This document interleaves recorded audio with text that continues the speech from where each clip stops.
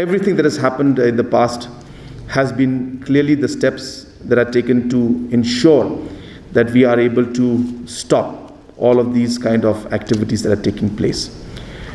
So therefore, whether it is the different arrests that have already been made, whether it is the different operations that have been done, whether it is different investigations taking place, all of it are based on inputs that we are receiving, whether it is SMSs received from political leaders, from businessmen, from individuals, from common people. All these messages that have come in terms of extortion, which really what it is, it's an extortion racket in one way.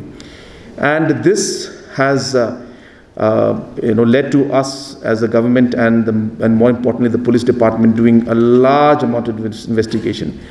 I don't want to repeat myself into again going into the police matters, but the large amount of evidence and documentation and proof, many kinds of proof, again as I said, it's not proper for me to reveal that, but investigation is being really done in a lot of detail.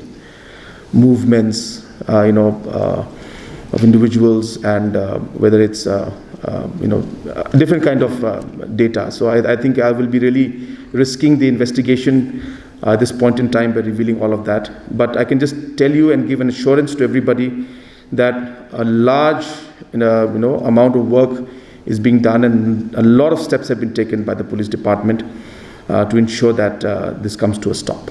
I don't have the numbers with me, but I can at least tell you that much, that yes, ministers and MLAs also had received this, and the investigation on the numbers through which they had received this and other inputs from them have already been collected. So yes, there were cases, but I don't have the exact number with me.